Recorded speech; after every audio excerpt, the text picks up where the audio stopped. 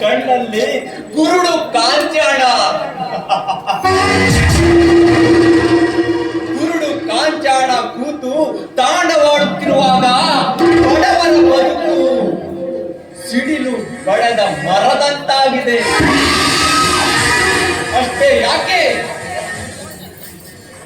ಹೆಣ್ಣಿನ ಮೇಲೆ ಅತ್ಯಾಚಾರವೆಸಗುತ್ತಿರುವಂತಹ ಕಾಮಾಂಧುರರು ಅವರ ಅತ್ಯಾಚಾರಕ್ಕೆ ನಲುಗಿ ಹೋಗಿದೆ ಈ ಭಾರತಾಂಬೆಯ ಹೆಣ್ಣು ಮಕ್ಕಳ ಭಾರವಾದ ಜೀವನ.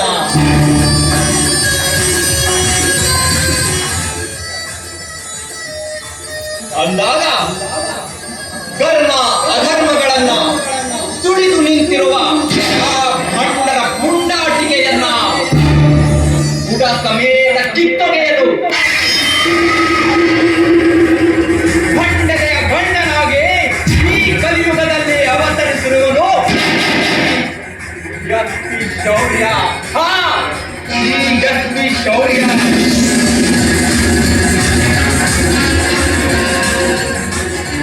ನನ್ನ ಬಾಲ್ಯದಲ್ಲಿ ನಡೆದ ಘಟನೆಗೆ ಇಂದು 20 ವರ್ಷಗಳು ಗತಿಸಿದವು. ಆ ದಿನಗಳು ಹೇಗೆ ಗತಿಸಿದವು ಅಂತ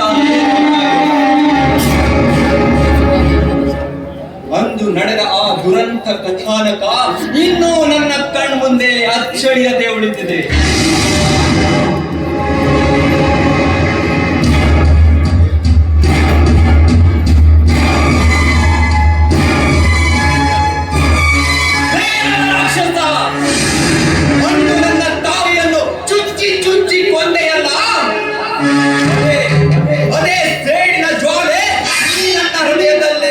ಜ್ವಾಲಾಮುಖಿಯಾಗಿ ಸಿಡಿಯುತ್ತಿದೆ.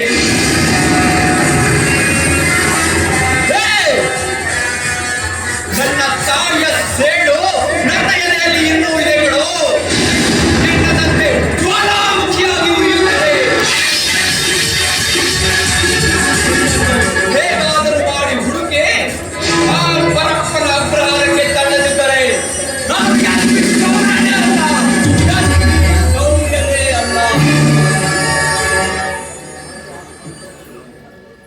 ಒಂದು ಆ ಘಟನೆ ನಡೆದ ಬಳಿಕ ನಾನು ಮನೆಗೆ ಹಿಂತಿರುಗಿ ಬಂದೆ. ಆದರೆ ಆ ಕ್ಷಣದಲ್ಲಿ ನನ್ನ ತಂದೆಯೂ ಇರಲಿಲ್ಲ, ನನ್ನ ತಮ್ಮನೂ ಇರಲಿಲ್ಲ. ಹೆದರಿ ಕಂಗಾಲಾಗಿ ಹೋದ ನಾನು ಕೊನೆಗೆ ಸಿಕ್ಕಿದ್ದು ಆ ರಮಣನ ತಂದೆ ಶ್ರೀಕಾಂತ್ ಅಂಕಲನ ಕೈಯಲ್ಲಿ. ತಂದೆಯನ್ನ, ತಾಯಿಯನ್ನ, ತಮ್ಮನನ್ನ ಕಳೆದುಕೊಂಡು ಹೆದರಿ ಕಂಗಾಲಾಗಿದ್ದ ನನಗೆ ಶ್ರೀಕಾಂತ್ ಅಂಕಲ್ ಅವರು ತನ್ನ ಮನೆಗೆ ಕರೆದುಕೊಂಡು ಹೋಗಿ ತನ್ನ ಸ್ವಂತ ಮಗನಂತೆ ನನ್ನನ್ನ ಸಾಕಿ ಬೆಳೆಸಿ ಒಳ್ಳೆಯ ವಿದ್ಯಾಭ್ಯಾಸವನ್ನ ಕೊಟ್ಟು ನನ್ನಮ್ಮನ ಆಸೆಯಂತೆ ನಾನಿಂದು ಪೊಲೀಸ್ ಅಧಿಕಾರಿಯಾಗಿದ್ದೇನೆ. ದೈವಲೀಲೆ ಎಷ್ಟೊಂದು ವಿಚಿತ್ರವಾಗಿದೆಯಲ್ಲ. ನನಗೆ ನಮ್ಮ ತಮ್ಮನಾಗಿ ರಮಣನಂತಹ ಒಳ್ಳೆ ಸ್ನೇಹಿತ ಸಿಕ್ಕಿದ್ದಾರೆ. ಹೀಗಾದ್ರೂ ಮಾಡಿ ನನ್ನ ತಾಯಿಯ ಕೊಲೆಗಾರನ ಅವನ ಅಡ್ರೆಸ್ ಅನ್ನ ಪತ್ತೆ ಹಚ್ಚಲೇಬೇಕು.